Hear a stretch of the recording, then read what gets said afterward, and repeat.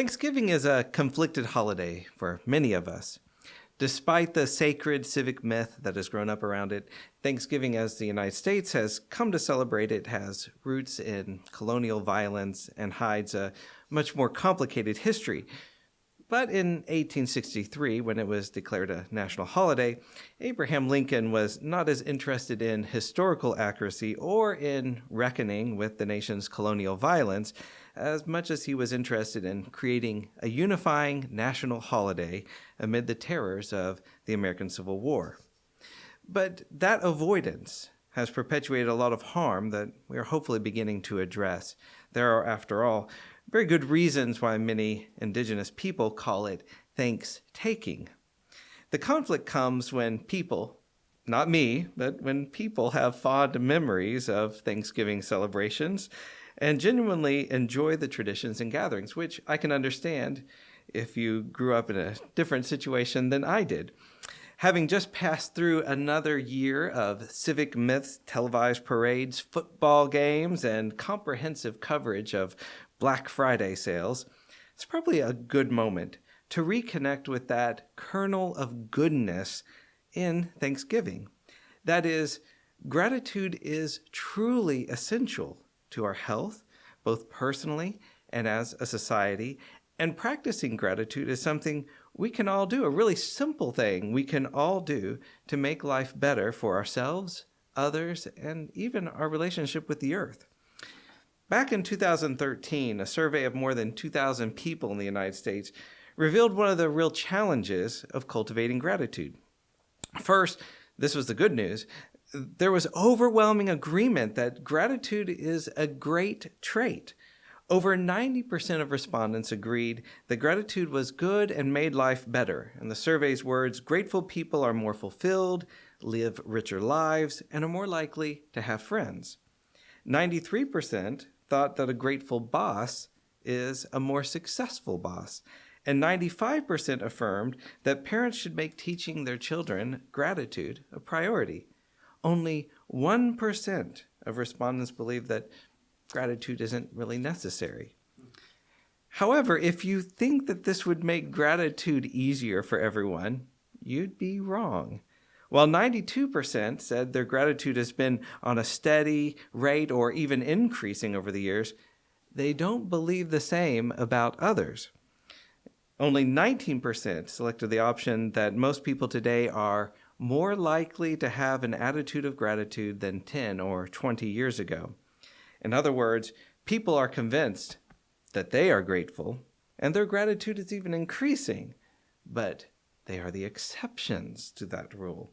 The rest of the world is getting less grateful, and the results were that 60% thought that people are less likely to express gratitude today than 100 years ago. The fact that so many people had this conception that I am grateful, but you are not, shows that we have a pretty sizable gap between experiencing, expressing, and receiving gratitude. It isn't a new problem, perhaps.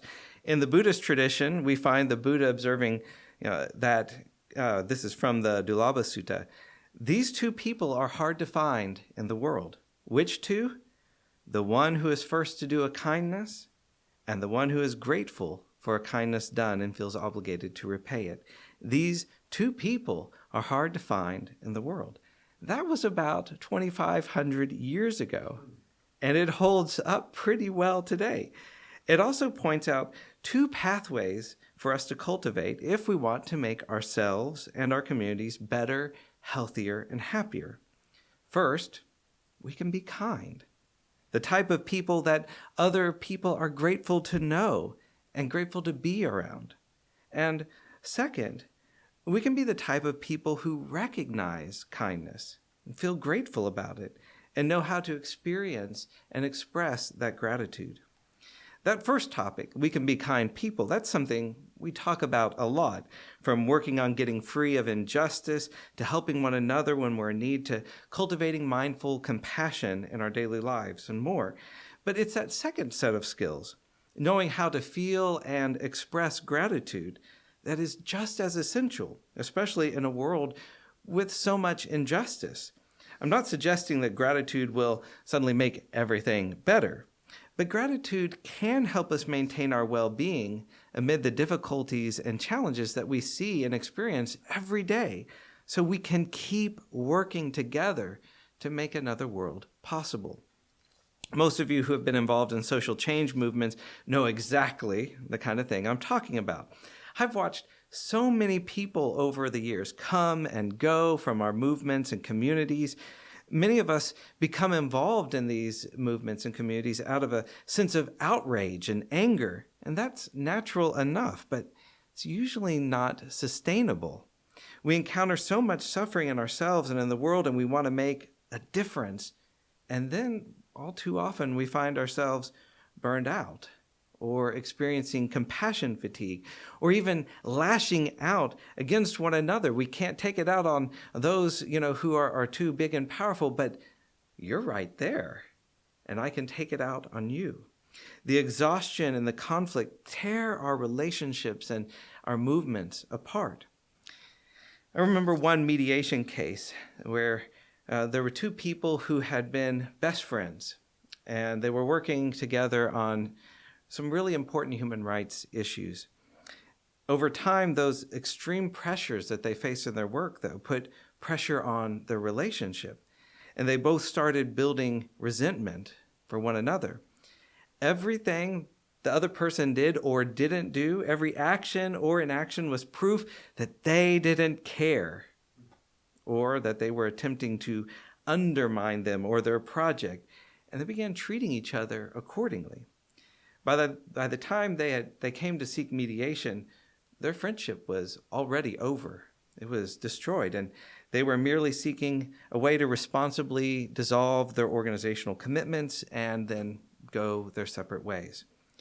In one short year, they had gone from being inseparable friends to this, requesting shuttle mediation, which meant that they would come into the building and they would actually go to rooms on separate floors of the building so they wouldn't have to risk seeing one another. And I would go back and forth. Got a lot of exercise going back and forth to do that mediation so they wouldn't have to risk seeing each other face to face. And it was heartbreaking for both of them. Their friendship was a casualty of their wonderfully important but excruciatingly stressful work. In an evolutionary context, one of the factors that contributes to these kinds of experiences is an inclination that's called the negativity bias. Despite its dreary-sounding name, it's been essential in keeping our species alive. As I've pointed out before, our ancestors, of course, needed to eat enough to stay alive, and they needed to stay alive long enough to reproduce. That's how this all works.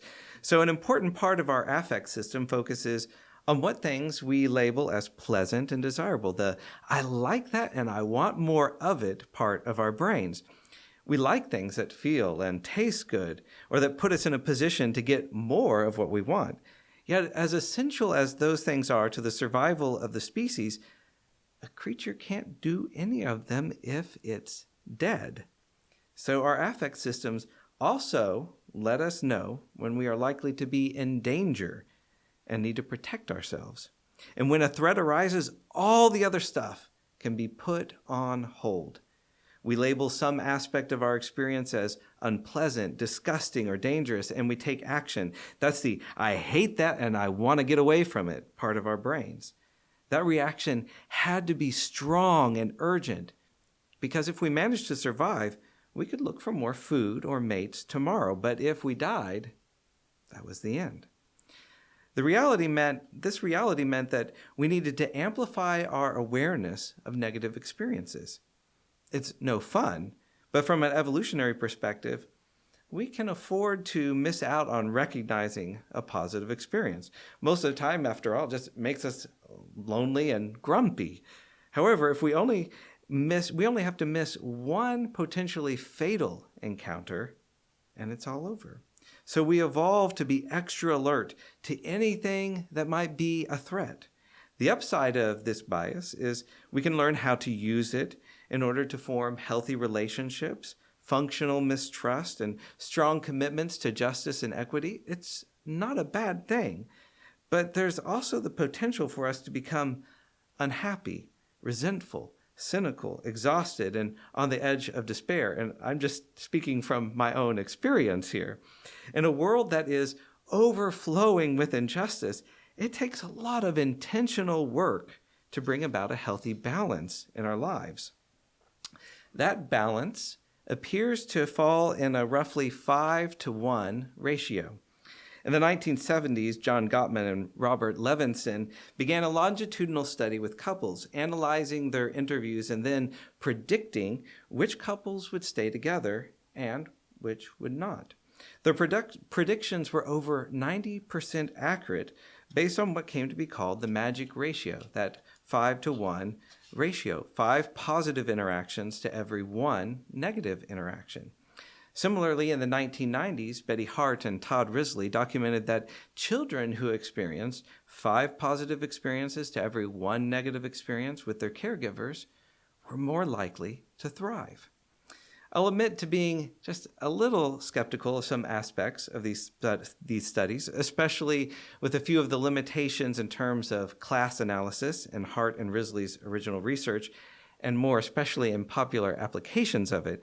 There's also the question of how we judge an impact. At least for me, the weight of my experiences, that's not uniform, right? Some interactions and relationships are more impactful than others. But the ratio doesn't have to be exact in order to be useful. It rings true, and it helps me reflect on how to care for myself and how to care for those I'm in relationship with. It's a handy way of remembering that in our world of constant and chronic stressors, it'll take a lot of intentional effort to maintain the well-being in our relationships. That 5-to-1 ratio also gives us another mindfulness practice. If there are unhealthy patterns in a relationship, those need to be addressed. There's no question about that. But if you notice resentment or irritation growing in what is an otherwise healthy relationship, see if you can also notice a corresponding shift in that ratio of positive to negative relationship or experiences. It may be that you can restore the resilience and the fun of that relationship and bring that ratio into balance simply by savoring the positive aspects that you've shared together and showing some gratitude for it. And even in relationships that need work, getting in touch with gratitude can help provide the energy and compassion that you need to have the motivation and the commitment to work through those issues. As Dennis Rivers has put it, it is the ongoing expression of gratitude and appreciation that makes a relationship strong enough to accommodate differences and disagreements when they come along. Returning to that study on gratitude that I began with today, call to mind the popular conception that I'm grateful, but not you. You are not. That gap is where we practice, taking concrete steps to enjoy feeling grateful and then sharing it with others. It's a skill that I think feels so obvious that we seldom take the time to reflect on what it actually takes to do that. And there's actually 3 sets of skills involved here. The first is recognizing and savoring those positive feelings when our needs are met. The second is knowing how to express that, both to yourself, your internal talk, and to others. And the third is also being able to open up and receive gratitude from other people. They overlap, but those are 3 pretty different sets of skills that are involved in this. All 3 are essential. If I don't notice, if I rush by a feeling of gratitude, I lose the chance to express it. If I struggle to say thank you, or I say it in a way that the other person doesn't recognize, it doesn't match up with their communication style, that's another missed opportunity. And maybe the most common occurrence of that is, that I've observed anyway, is when we assume someone else has said thank you, so I don't need to say thank you. And if we're all doing that same thing, no one says thank you. And really, you can't actually, overdose on saying thank you anyway. So just say thank you, right? And then there's that reluctance to receive thanks. Sometimes we hesitate because we don't want to come across as arrogant, right? Don't want to take too much credit for something. Sometimes, at least for me, we don't want to get pushed into making other commitments. Like, you think this was great. Are you trying to get me to agree to something else here, right? And so we want to avoid that. Sometimes we're just feeling awkward and uncertain about how to respond. Not knowing what to do, we miss another opportunity. I realize that all of these, as I said, sound very obvious, but when we start actually reflecting on what it takes, we realize most of us have a lot of room to grow in this. And it's one of the more enjoyable things that we can get better at doing. That first skill, that savoring the positive feelings when our needs are met, that's a great one. That's just, what a better way to spend a few moments of your day, right? There's so many difficult, painful, unjust, oppressive things in the world. And that negativity bias keeps pulling us in to that endless well of suffering. And we want to be aware of those things so that we can be part of a change. But all that attention means that it's really easy to miss the many wonderful and life-giving experiences in relationships that are going on constantly. We might not even notice when our needs are being met because our anxiety or our anger or our despair or our ambition even crowds it out. There's just not room for it. Another aspect that I really want to mention as well is for any of us who grew up in harmful religious traditions that we no longer practice, it doesn't help that many of the ways that we were brought up to learn to express gratitude have pretty well been ruined by those associations. It's guilt by association, right, with these harmful religious traditions we grew up with. In many cases, I've seen people drop those practices completely without replacing them with anything else. And I completely support and celebrate and encourage our freedom from habits and rituals that harmed us, right? Please drop those things. But I also want to encourage us to find new ways to, for lack of a better term, count our blessings. I'll share two examples that have worked well for me, and I'm not endorsing these. I'm just giving examples, so that maybe you can think about, well, what will work for you? The first is the 5 contemplations from the Plum Village tradition of Buddhism. I don't know, all the supernatural prayers that I grew up being offered before a meal, that didn't fit anymore, many years ago. And I found these 5 contemplations to be a really nice way of expressing gratitude before I eat a meal. And these are adapted by the Stillwater Mindfulness Practice Center from the Plum Village tradition. This food is a gift of the whole universe, the earth, the sky, and much hard work. May we eat in mindfulness so as to nourish our gratitude. May we transform our unskillful states of mind and learn to eat with moderation. May we take only foods that nourish us and prevent illness. We accept this food to realize the path of understanding, love, and joy. And when I take the time to do that, I find I enjoy my meal a great deal more than when I don't. And for many years, we've had a family gratitude practice that we call touching the wonders. We'd begin by enjoying the sound of a bell together. We'd sit down all together and invite a bell, and then we'd sing a mindfulness song together. And then we would just simply share about things that we'd enjoyed that day. And it was inspired by a quote from Thich Nhat Hanh that remains embedded in my heart. He said, "Life is filled with suffering, but also many wonders like the blue sky, the sunshine, the eyes of a baby. To suffer is not enough. We must also touch the wonders of life." To suffer is not enough. What a simple observation, but one that was really life-changing for me. Those kinds of practices have the benefit also of training my mind to pay attention and feel grateful when my needs are being met. They also interrupt, right, the constant encroaching of the difficult and the unjust. that makes it easier for me to get in touch with the world that we're creating, the vision of the world that we want to live in, one that can heal and transform injustice and make all the activism we have to do right now something exceptional rather than the norm. This practice of recognizing and savoring the feeling of gratitude is a foundational one too, because it actually changes how I express my gratitude. I want to say thank you out of this deep sense of well-being and joy. I want to share that well-being with others. We all have our favorite ways of saying thank you, words or cards or gifts, time spent together, maybe a hug. It may also be just giving a helping hand, recognizing you did this for me and I know you're really busy. Let me take care of that for you. We also have our favorite ways of receiving thanks.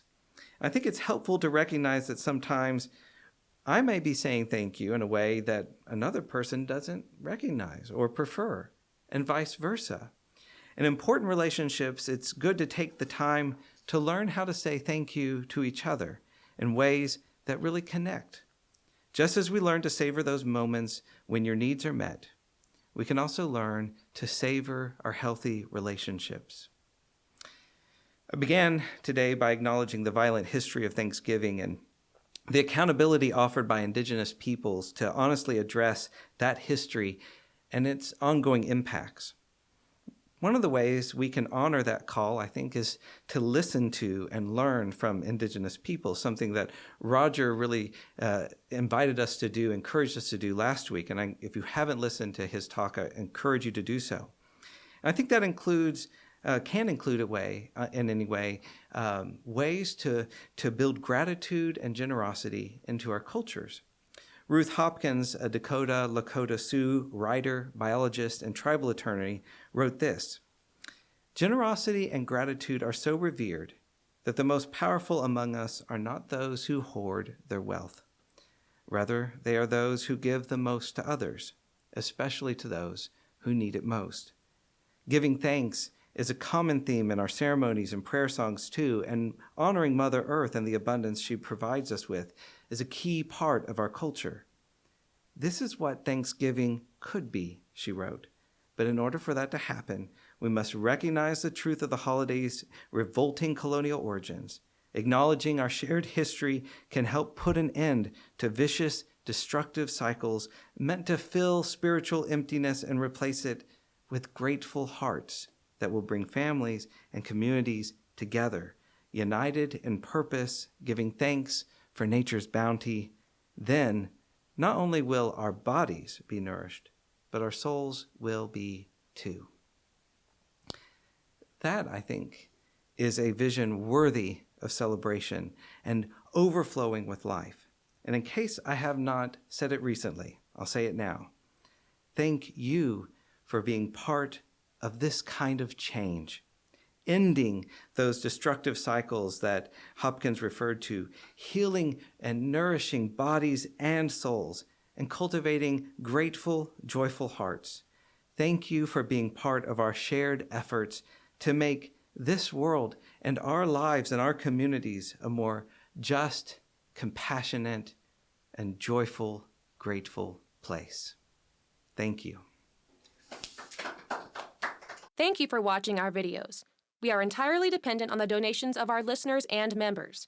We hope that you find this content to be important enough to help us to keep offering these videos to the public at no charge by becoming a regular contributor. Please click on the donate button on our website at www.spfccc.org. Thank you for your support of progressive religious programming.